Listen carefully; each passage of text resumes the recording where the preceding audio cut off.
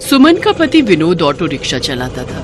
सर्दियों की रात एक सवारी को छोड़कर जब विनोद घर लौट रहा था तो कोहरे के कारण उसे सामने पेड़ दिखाई नहीं दिया और उसका ऑटो पेड़ से टकरा गया।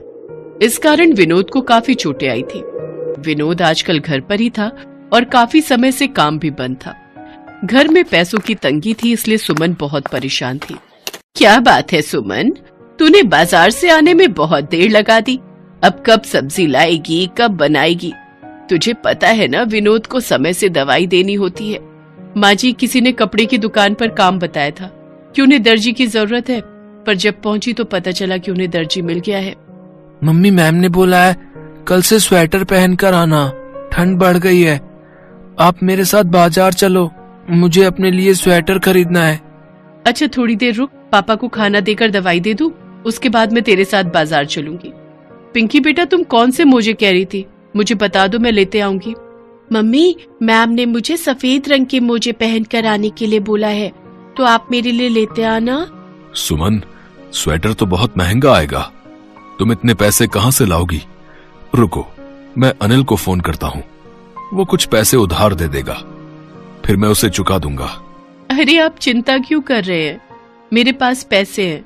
आप दवाई खाकर सो जाओ, मैं तब तक बंटी के साथ बाजार होकर आती हूँ। सुमन, इधर आ बहू, सुन, ये 500 रुपए लेती जा, तेरे काम आएंगे। नहीं माँ जी, ये पैसे तो आपका नया चश्मा बनवाने के हैं। आपका चश्मा कितने समय से टूटा हुआ है। अच्छा हुआ आपने याद दिला दिया, मैं आज ही आपका चश्मा बनने दे आती हूँ।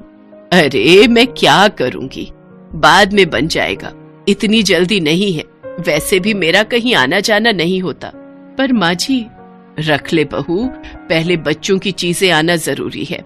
जा ले आ। सुमन ने अपनी सास से पैसे तो ले लिए, पर उसका मन नहीं मान रहा था, इसलिए वो अपनी सहेली वर्षा से कुछ मदद मांगने के लिए गई। वर्षा, मुझे 1000 रुपए उधार चाहिए थे। मैं दर्जी का काम ढूंढ ही रही हूँ, जैसे ही काम मिलेगा मैं तुरंत तुम्हारे पैसे लौटा जाऊंगी। अरे तू थोड़ी देर पहले आती, मैंने बिल्कुल अभी अभी अपनी काम वाली को 2000 रुपए पकड़ाए हैं। और तुझे तो पता है आजकल चोर उचक्कों का भरोसा नहीं है, इसलिए घर में कैश बिल्कुल नहीं रखती हूँ। सचमुच मुझे मना करते हुए बड़ा अफसोस हो रहा है। अच्छा तू बैठ, मैं तेरे लिए चाय बनाकर लाती हूँ।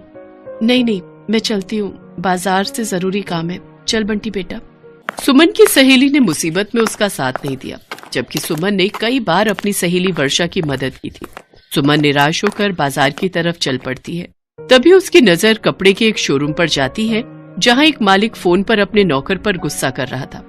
अरे तुझे बोला था ना कि दुल्हन का लहंगा तैयार करना है, और तू छुट्टी करके बैठ गया। अब लहंगे की फिटिंग कौन करेगा? लड़की पैसे देकर जा चुकी है, वो तो अपना लहंगा वापस लेने के लिए आएगी, क्या जवाब देंगे? अब क्या करूं, इतनी जल्दी कौन सा दर्जी मिलेगा जो लहंगे की फिटिंग कर दे? बंटी बेटा 2 मिनट रुक। नमस्ते सर, मेरा नाम सुमन है, क्या मैं आपकी कोई मदद कर सकती हूँ? मुझे दर्जी का काम आता है, अगर आप कहें तो मैं लहंगे की फिटिंग कर सकती हूँ। पर पता भी है कितना महंगा लहंगा है, अगर जरा सी भी खराबी हुई फिटिंग में तो, और मैं तो तुम्हें जानता भी नहीं हूँ, मुझे कैसे यकीन हो कि तुम्हें कपड़े सिलने आते हैं? सर एक बार मौका तो दीजिए, आपको कोई परेशानी नहीं होगी, मैं बहुत अच्छी फिटिंग करूंगी लहंगे की। अच्छा ठीक है, वो सामने एक गाउन आया हुआ है बहुत दिनों से फिटिंग के लिए, पहले एक बार उस गाउन की फिटिंग करके दिखा दो, फिर मैं देखता हूँ। मैं तो गाउन ऐसे ही वापस करने वाला था, जब दर्जी ही नहीं है तो फिटिंग कौन करेगा, पर एक बार तुम करके देख लो। ठीक है सर, मैं अभी कर देती हूँ। कुछ ही देर में सुमन सिलाई मशीन पर गाउन की फिटिंग कर देती है। कस्टमर जब अपना गाउन लेने के लिए आती है तो वो उसे पहनकर ट्राई करती है। मम्मी देखो, फिटिंग तो बहुत अच्छी आई है, कितना लूज गाउन था मुझे, और जो नाप मैं लिखवा कर गई थी बिल्कुल उसी नाप की फिटिंग आई है। आप तो कह रहे थे आपका टेलर अवेलेबल नहीं है, फिर ये किसने किया? ये आज ही काम पर आई हैं, अगर आपको काम पसंद आया तो बहुत अच्छी बात है। सुमन, कल से तुम ही काम पर आओगी, और जितना भी यहाँ सिलाई का और फिटिंग का काम आएगा वो तुम ही करोगी, मैं तुम्हारी सैलरी फिक्स कर देता हूँ।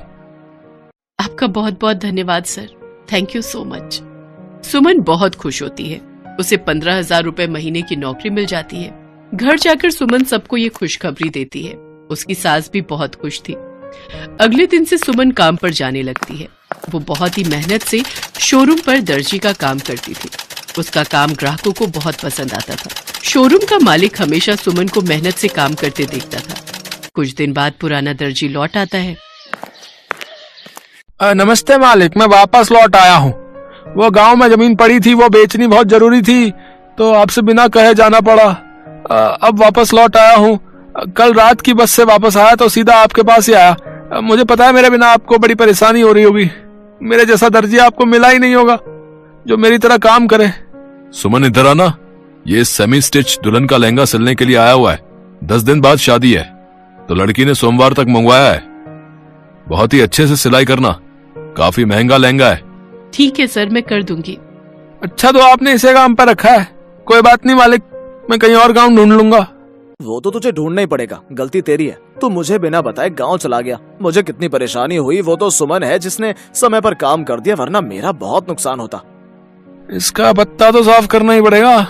सुमन कुछ सामान लेने के लिए अंदर जाती है तो दर्जी उस लहंगे को कैंची से काट देता है और मालिक से कहता है, मालिक ये लहंगा तो इसने गलत काट दिया। क्या कहा? गलत काट दिया? मालिक ये तो सिलाई में अनाड़ी है। सुमन, मुझे कहीं से भी या तो ऐसा लहंगा लाकर दो या फिर पूरे 25,000 रुपए लहंगे के वापस दो। पर सर, मैं इतने सारे पैसे कहाँ से लाऊंगी? ये लहंगा मैंने नहीं काटा। सुमन रोने लगती है, पर शोरूम का मालिक उस पर बिल्कुल भी तरस नहीं खाता। दर्जी भी मन ही मन हंस रहा था। सुमन परेशान थी, वो बहुत रो रही थी। उसे कुछ भी समझ नहीं आ रहा था। उसी रास्ते एक महात्मा जा रहे थे। उनकी नजर सुमन पर पड़ती है। क्या हुआ बेटी, तुम रो क्यों रही हो?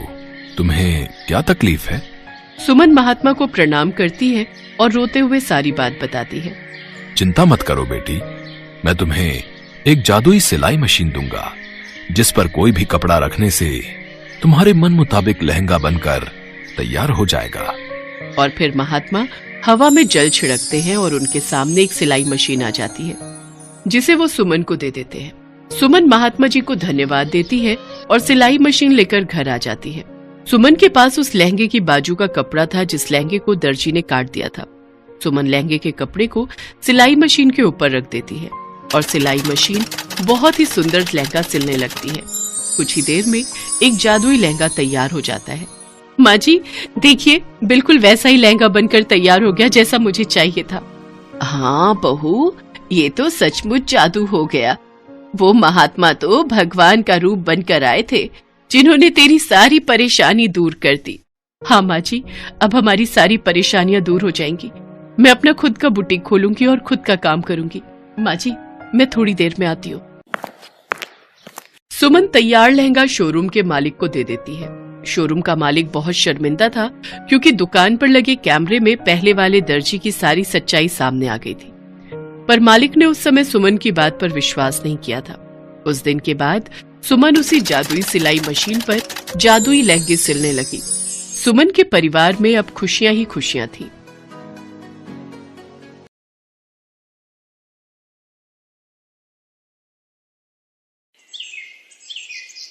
किशनपुर गांव में राघव नाम का एक व्यक्ति अपनी मां गोमती और बहन सुधा के साथ रहता था। गोमती और सुधा स्वभाव से बहुत ही तेज तर्रार थी। एक दिन राघव ने अपनी मां गोमती से कहा, माँ मैं प्रार्थना से शादी करना चाहता हूँ। पर वो तो एक अनाथ लड़की है। भले ही प्रार्थना अनाथ और गरीब है, पर वो स्वभाव की बहुत अच्छी है। उसे परिवार में मिलजुल कर रहना आता है। माँ भैया ठीक ही तो कह रहे हैं, आपको भी तो ऐसी ही बहू चाहिए थी जो आपकी और इस घर की देखभाल करे। भैया आप चिंता मत करो, माँ इस शादी के लिए मना नहीं करेंगी। आखिर वो आपसे कितना प्यार करती हैं। ये हुई ना प्यारी बहनों वाली बात। अच्छा मैं अभी बाजार होकर आता हूँ, फिर साथ में बैठकर कुछ अच्छा खाएंगे। तूने मुझे रोका क्यों? गरीब अनाथ लड़की को भला मैं अपने घर की बहू कैसे बना लूं? माँ तुम समझती नहीं हो, थोड़ा तो दिमाग लगाया करो। आप बहुत समय से कह रही थी ना कि आपको इस घर में नौकरानी चाहिए, तो समझ लो कि नौकरानी आ रही है। दोनों बैठकर आराम से मजे उड़ाएंगे और भाभी काम करेगी।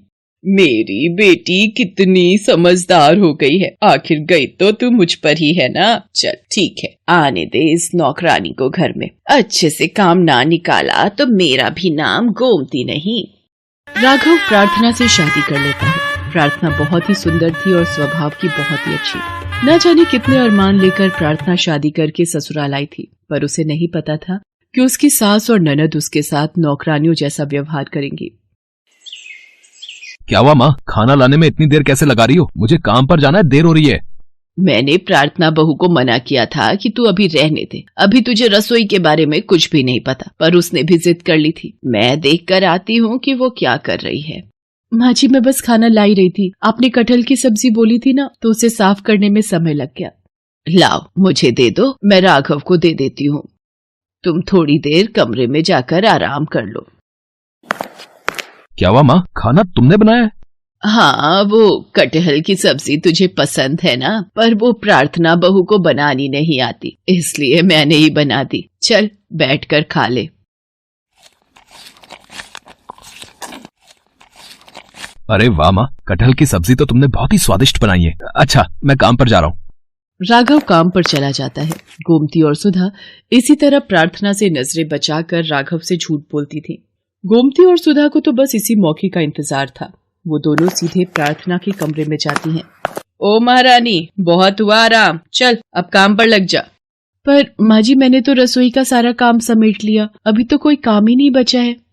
देखा माँ, इसकी तो जुबान भी निकल आई है। जैसा मैंने कहा है वैसा करो चुपचाप। कपड़ों का ढेर लगा हुआ है, पहले वो धो लो और उसके बाद रसोई में बर्तन पड़े हैं, वो भी करने हैं। चलो माँ, कर लेगी अपने आप, नहीं करेगी तो करवाना हमें आता है। बेचारी प्रार्थना सारा दिन घर के काम करती रही। गोमती और सुधा इसी तरह प्रार्थना पर अत्याचार करती रहती थी, पर बेचारी प्रार्थना किसी से भी कुछ नहीं कहती थी। वो चुपचाप सारे काम कर लेती थी। प्रार्थना, तुम्हें यहाँ किसी चीज की कोई कमी तो नहीं है ना? तुम मेरे साथ विवाह करके खुश तो हो ना? अगर मैंने इनसे माँ जी और सुधा दीदी के लिए कुछ भी कहा तो ये मेरी बातों पर विश्वास नहीं करेंगे। मेरा चुप रहना ही ठीक है। नहीं नहीं, मुझे यहाँ पर कोई परेशानी नहीं है। माँ जी और सुधा दीदी मेरा बहुत ख्याल रखती हैं। बेचारी प्रार्थना अपने पति से भी इस बारे में कुछ नहीं कह सकती थी। एक दिन प्रार्थना जब चाय छान रही थी तो उसके हाथ पर गरम गरम चाय गिर गई, जिसकी वजह से उसका हाथ जल गया। अरे, अब तुम्हारा तो पूरा हाथ जल गया है। चलो मैं तुम्हें डॉक्टर के पास ले चलता हूँ। डॉक्टर के पास जाने की जरूरत नहीं है, मैंने बर्फ लगा ली है, कुछ ही देर में ठीक हो जाएगा। अरे तू क्यों चिंता करता है, मैं और सुधा हैं यहाँ इसका ध्यान रखने के लिए। तुझे जरूरी काम से दूसरे गांव जाना है ना, फिर तुझे आने में रात हो जाएगी। माँ जी ठीक कह रही हैं, आप अपने काम से जाइए, आपका जाना जरूरी है। ठीक है, फिर मैं जाता हूँ, तुम अपना ध्यान रखना, ठीक है? राघव को गए अभी कुछ ही देर हुई थी कि अचानक सुधा आई और गोमती से बोली, माँ अब रसोई का काम कौन करेगा? इसने तो हाथ जला लिया है। मेरी सहेलियां आ रही हैं, मैं उन्हें क्या खिलाऊंगी? अरे तू चिंता क्यों करती है, यही बनाएगी खाना सबके लिए। और वैसे भी राघव रात तक वापस नहीं आने वाला, तो उसको कुछ पता ही नहीं चलेगा। और अगर इसने अपनी जुबान खोली तो फिर ये नहीं जानती मैं इसका क्या हाल करूंगी। प्रार्थना रोती जा रही थी और सारा काम कर रही थी। उसने अकेले ही ढेर सारा खाना बनाया और सबको खिलाया। प्रार्थना का मन बहुत दुखी था और उसके हाथ में भी दर्द था। जब सुधा गोमती के साथ अपनी सहेलियों में व्यस्त थी, प्रार्थना रोती हुई चुपचाप घर से चली गई और रोती हुई दूर एक नदी के किनारे जाकर बैठ गई। मैं क्या करूं भगवान, मेरे ऊपर इतने अत्याचार हो रहे हैं, मुझे कुछ समझ नहीं आ रहा। मैं अपना दुख किसे कहूं? प्रार्थना फूट फूट कर रो ही रही थी कि तभी नदी में से एक देवी प्रकट होती है। तुम रो मत बेटी, तुम अपना दुख मुझे कह सकती हो। आप कौन है? बेटी मैं नदी की देवी हूँ, तुम मुझे माँ कह सकती हो। प्रार्थना नदी की देवी को अपनी सारी दुख भरी कहानी बताती है। नदी की देवी प्रार्थना से कहती है, प्रार्थना ये एक जादुई नदी है, अपना हाथ इस नदी के पानी में डुबो दो। माँ मेरा हाथ बिल्कुल ठीक हो गया, अब तुम्हें चिंता करने की कोई जरूरत नहीं है। जो भी तुम्हें रुलाएगा तुम्हारे आंसुओं की नदी में बह जाएगा। अब तुम बिना घबराए घर जाओ। प्रार्थना घर आ जाती है, पर तब तक राघव भी घर आ चुका था। देखा राघव बेटा, सारा घर का काम छोड़कर ये घूमने चली गई। मैंने और सुधा ने मिलकर ही सुधा की सहेलियों के लिए सारा खाना बनाया। अरे हमने तो इससे इतना कहा था कि तेरा हाथ जला हुआ है तो तू आराम कर ले। हमने इससे काम करने के लिए थोड़ी कहा था जो ये चुपचाप हमें बिना बताए चली गई। ये सब क्या देख रहा हूँ प्रार्थना, तुम्हें माँ और सुधा से क्या परेशानी है? भैया ये तो हम दोनों से ही जलती हैं। जिस दिन से ये आपके साथ शादी करके आई है ये हमें एक आंख पसंद नहीं करती। नहीं नहीं ऐसी कोई बात नहीं है, मैं तो सारा खाना बना कर ही गई थी। मेरा मन उदास था इसीलिए कुछ देर के लिए चली गई थी। अगर तू सारा खाना बना कर गई थी तो हम दोनों माँ बेटी क्या झूठ बोल रहे हैं? राघव अगर तुझे इस पर विश्वास है तो एक काम कर, हम दोनों माँ बेटी यहाँ से हमेशा के लिए चले जाते हैं। अब तो भाभी तुम्हारे कलेजे में ठंडक पड़ गई होगी। हम दोनों माँ बेटी को घर से बेघर क्यों कर रही हो? तुम्हें तो शर्म आनी चाहिए, हमारे ऊपर झूठा इल्जाम लगाती हो। मैं सच कह रही हूँ, ये लोग मेरे से बहुत काम करवाती थी और आज भी मैंने ही खाना बनाया है। प्रार्थना रोते रोते राघव को अब तक की सारी बात बताती है, पर अचानक प्रार्थना की आंखों से गिरे आंसू एक नदी का रूप ले लेते हैं और गोमती और सुधा उस नदी में डूबने लगती हैं।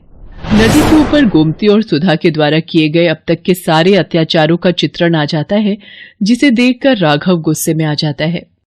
राघव बेटा बचाओ, हम डूब रहे हैं। भैया बचाओ, ये नदी हमें ले डूबेगी। माँ सुधा, मैंने सब देख लिया है। तुम लोगों ने प्रार्थना पर कितने अत्याचार किए, पर ये बेचारी कुछ भी नहीं बोली। अब यही आप दोनों को बचा सकती है। प्रार्थना बहू, हमें माफ कर दो, हमसे गलती हो गई। हमने तुम्हें बहुत दुख दिए, हमें बचा लो। भाभी, मैंने आपको बहुत सताया, पर मैं मरना नहीं चाहती, मुझे माफ कर दो। हे नदी की देवी, ये जैसी भी है मेरी माँ समान सास और मेरी बहन समान ननद है, इन्हें माफ कर दो। इनकी तरफ से मैं माफी मांगती हूँ। ठीक है प्रार्थना, अगर तुम चाहती हो तो मैं इन दोनों को माफ कर देती हूँ। तुम सदैव अपने परिवार के साथ खुशी से जीवन यापन करो, मेरा आशीर्वाद तुम्हारे साथ है।